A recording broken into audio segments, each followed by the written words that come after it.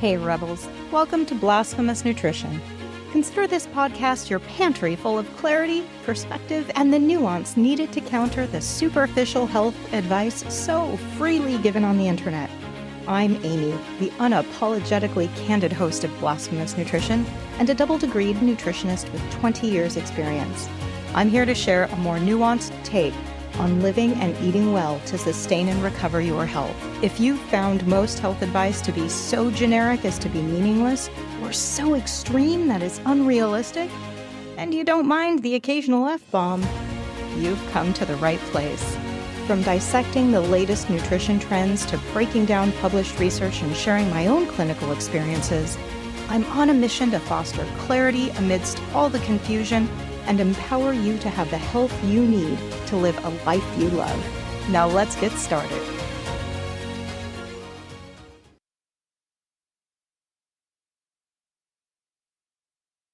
Welcome back to Blasphemous Nutrition. I'm your radishing host, Aimee, and for the next 2 episodes, I'm going to be diving into the art and science of building habits that increase your odds of success. This is the time of year, whether we intend to or not, that we're thinking about how we want to do things differently than years past. Beyond the New Year's resolution, anyone looking to make a change will likely have some goals in mind.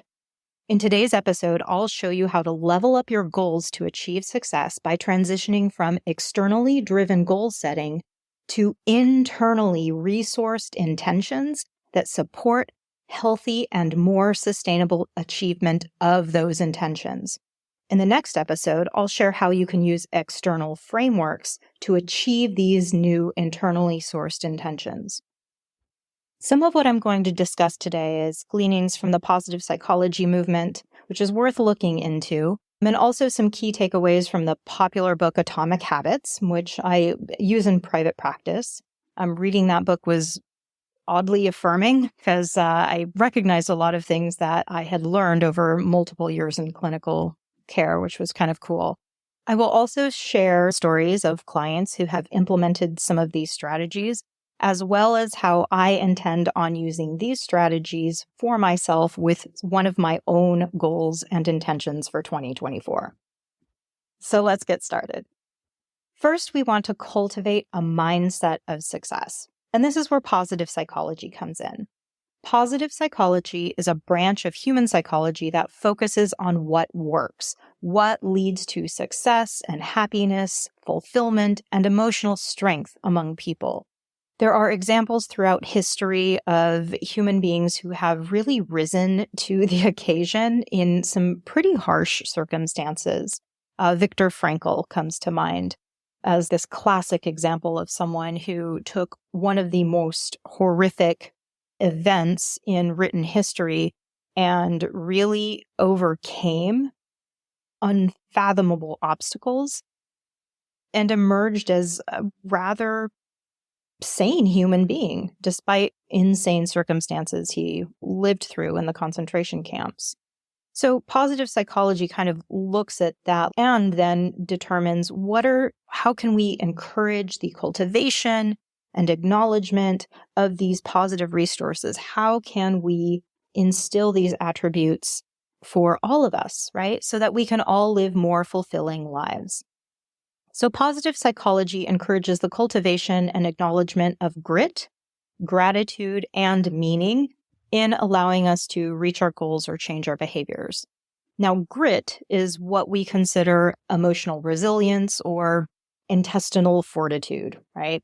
It's not actually a static attribute that we're born with or not born with, but it's something that all of us can cultivate. Having grit increases our ability to believe that we can do hard things and the stubbornness to continue trying even when it's not easy.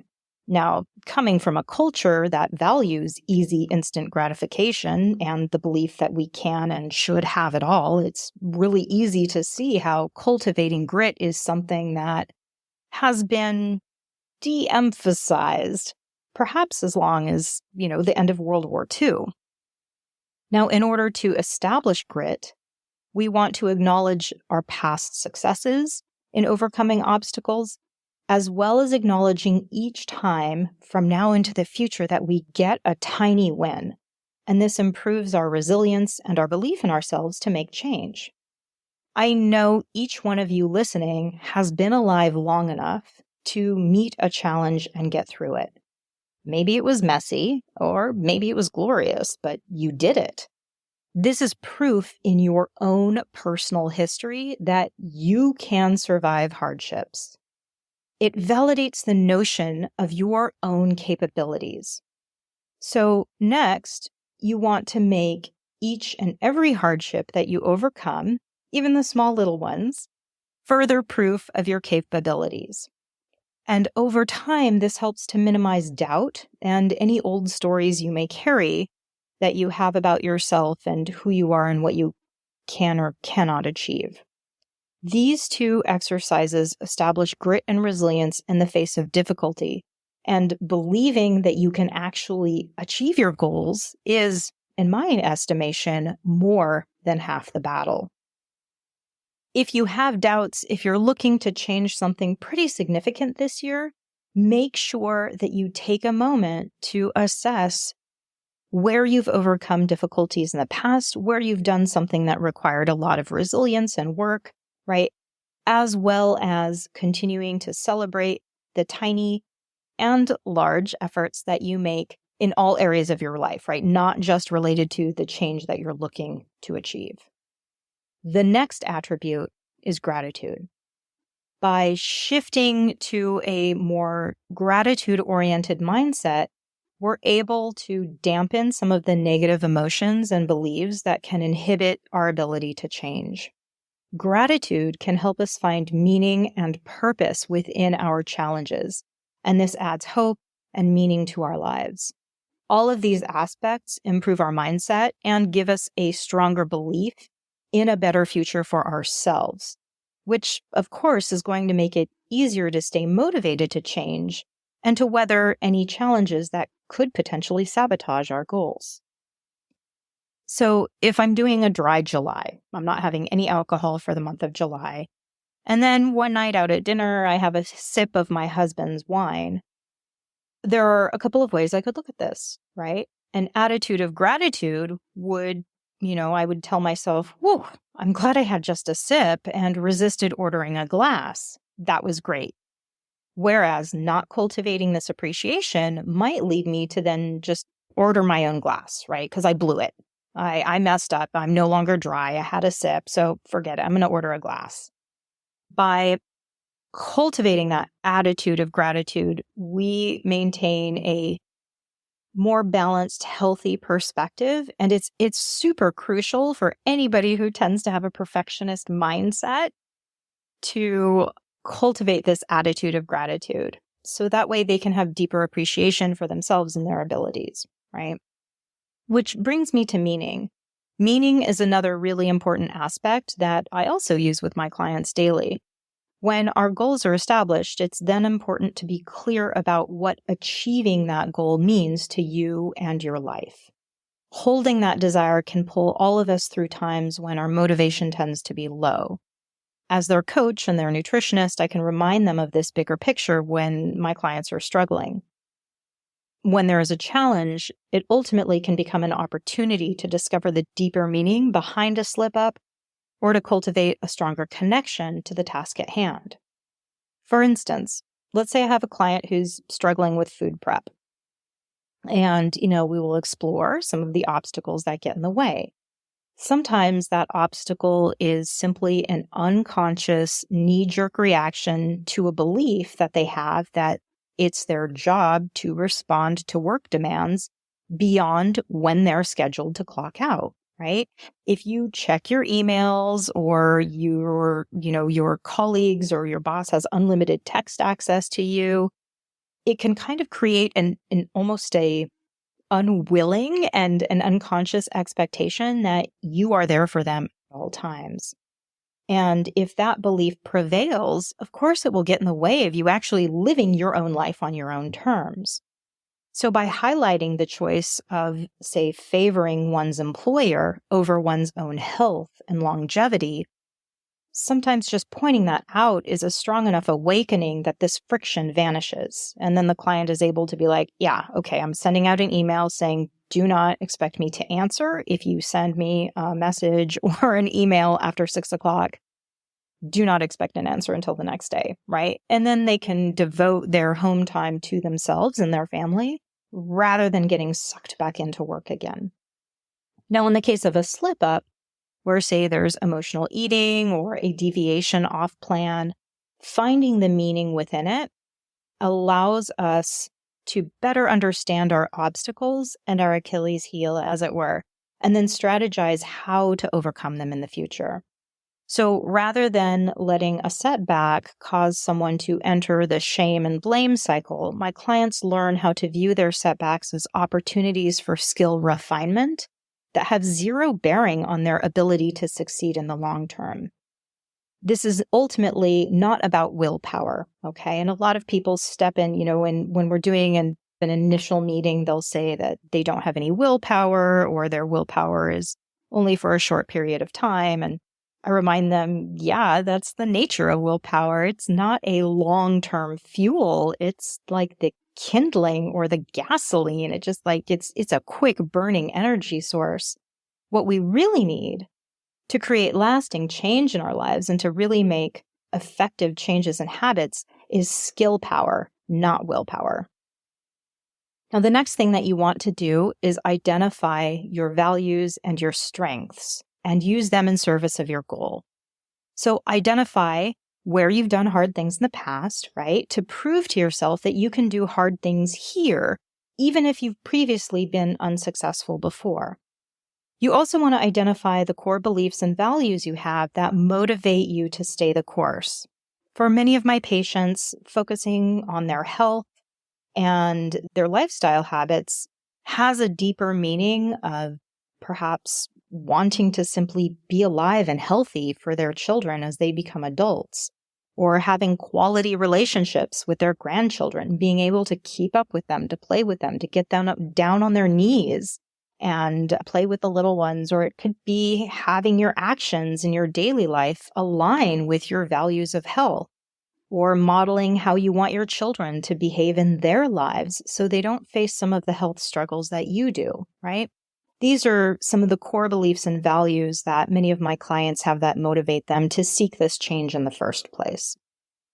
Now, last week, I mentioned how having a positive image and belief about your body and your ability to change and your ability to move, to exercise, increased effectiveness in a weight loss study. And so it's, again, important to bring those values top of mind and also to bring in those examples of where you've succeeded in other areas of your life so that you can remind yourself that you are actually capable of doing this too, even if you've not yet been successful.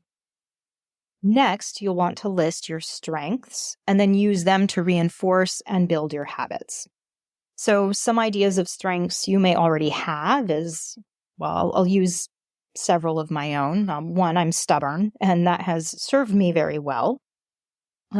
It's not always a good thing, but when it comes to meeting a goal, I'm stubborn enough that even if it takes several years, I will push at it until I get there. Actually, this podcast is a perfect example of that.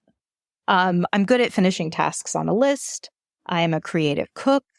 I actually like to exercise, right? What are some of your strengths? Do you enjoy cooking? Do you know how to cook well, even if you don't enjoy it, right? That's still a strength. What are some strengths that you already have that you might be able to lean on while you're making these changes? And so ultimately, what you will do is you will stay mindful of your core beliefs and values and how you would act if you were fully aligned with those values, using the strengths that you already know you have, and then building upon those existing strengths to increase your resiliency against letting backslides derail you. So along this line of bringing in your existing strengths and your values to set goals is the concept of building identity-based habits. And this is outlined in the book Atomic Habits by James Clear. The idea is that your current behaviors are a reflection of your current identity. So for instance, if you don't smoke, it's in part because you hold the values and identity of a non-smoker. When I have clients who have a goal that feel at odds with how she self-identifies, for instance, the most common one I hear is, oh, I'm not an exerciser. I don't like to exercise. But she has a goal, right? I need to be more active. So if I have a client who has a goal that feels at odds with who she perceives herself to be, I'll often ask her to imagine the person that she's growing into and becoming. To reliably change your behavior for good, you need to start believing new things about yourself. So decide who the type of person is that you're growing into, right? That you want to become. And then you set out to prove that to yourself with small wins and acknowledging those small wins. I have regular conversations about this with clients, and I'll often point out how this is happening in real time because they're usually too close to the process to realize that they're becoming the person that they told me they wanted to become when we first met. So for instance, last week, a client who has had a long history of identifying herself as someone who doesn't like to exercise was telling me that she was looking forward to going out for her daily walk after a period of being ill. And so I reflected back to her this shift in perspective, right? Directly challenging that belief that she had that she is someone who does not like to exercise, that when given the chance, she's happy to just sit with a mug of tea on the couch in front of the fire rather than go out and go for a walk. Having someone who's able to do this, right, to reflect this back to you is incredibly helpful because we are often so deep in the process that we miss these changes entirely as they're happening, right? We're in the middle of the muck and the mire of change, and we don't often have that external perspective to acknowledge the progress that we're making. And this is compounded if you're one of those folks who only has your eye on the end goal and not the process that will get you there, right? So this brings me to my next strategy for long-term goal success, which is celebrating the tiny victories. This is so important because not everyone has someone like me in their life who's able to see and call out these transformations as they're happening. This is, these victories and acknowledging these victories that you had, these tiny little wins, is extremely important for you to do for yourself. I want you to celebrate the small wins through self-acknowledgement and then layer in some rewards that support your goals rather than detract from them, right? You don't want to congratulate yourself for saving $500 into your emergency savings account by going out and buying expensive shoes, okay? The same goes for our health and nutrition goals. I know this goes without saying, but so many of us are conditioned to reward ourselves with, sugar or a meal out or any kind of suboptimal food that it's a pattern worth acknowledging and not reinforcing in this circumstance. So on that note of daily wins and celebrating the small wins, I got this great tip from the Focus on This podcast, which is a podcast about productivity.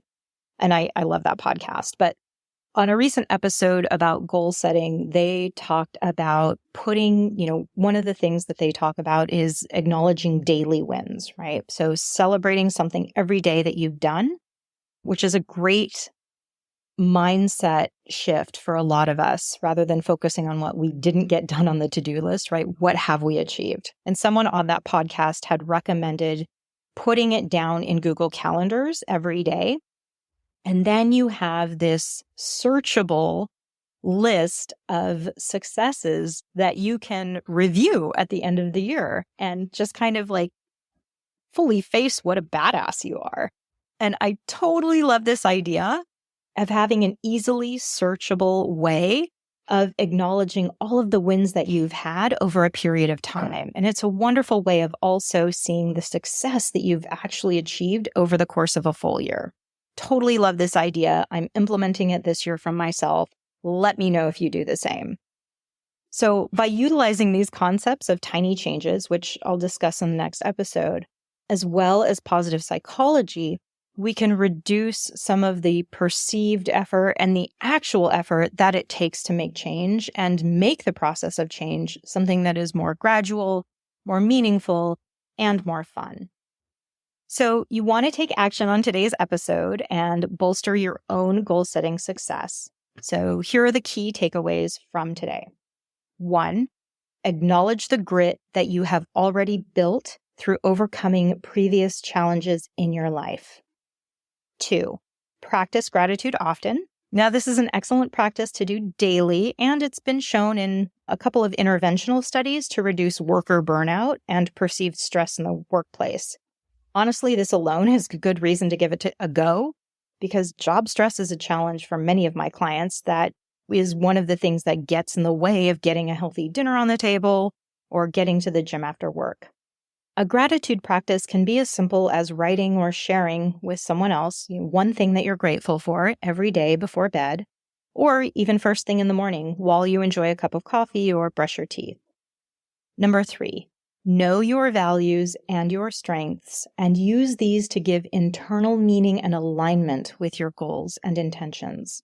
Spend some time identifying why the goals you've created for yourself are important to you and how they align with your deeper core values and your sense of who you are or who you want to be in the world. Write this down, and if you feel comfortable, share it with someone who is supporting you so that they can reinforce your willingness to push through when life gets complicated, because life will get complicated. 4, and this is the last one, list tiny ways that you can acknowledge and celebrate your successes. Now, I will say the harder the goal for you, like the harder the goal, the more often this needs to be done. So, for instance, it's been continuously ongoing, bloody hard for me to get to the gym since I've become a mother. So every time I meet my minimum goal, I essentially treat myself like a proud parent and I congratulate myself heartily. Every single time, right? So ideally, this happens at least once a week where I'm like, hey, you got to the gym. Good job.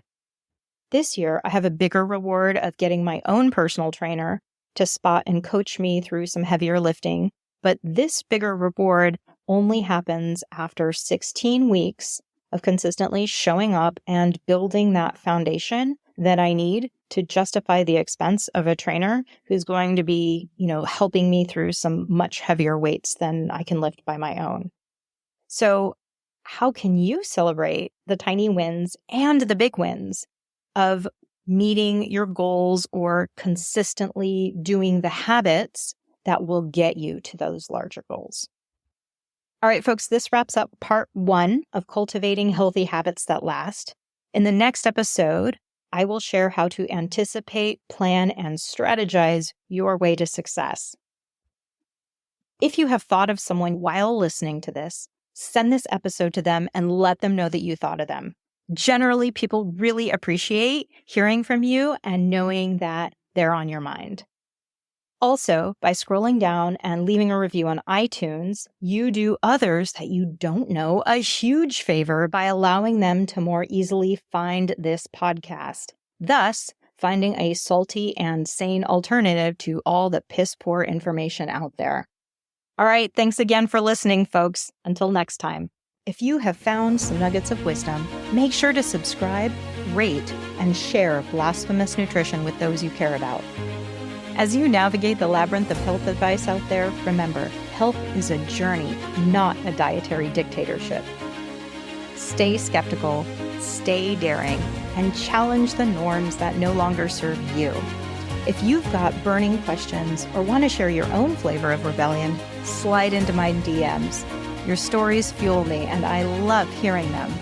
Thanks again for tuning into Blasphemous Nutrition.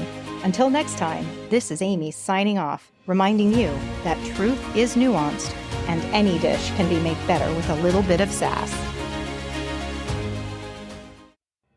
Any and all information shared here is for educational and entertainment purposes only and is not to be misconstrued as offering medical advice. Listening to this podcast does not constitute a provider-client relationship.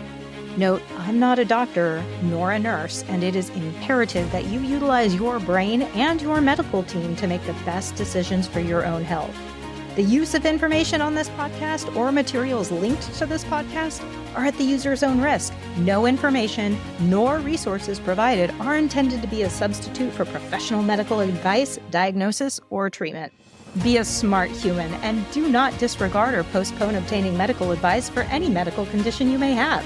Seek the assistance of your healthcare team for any such conditions and always do so before making any changes to your medical, nutrition, or health plan.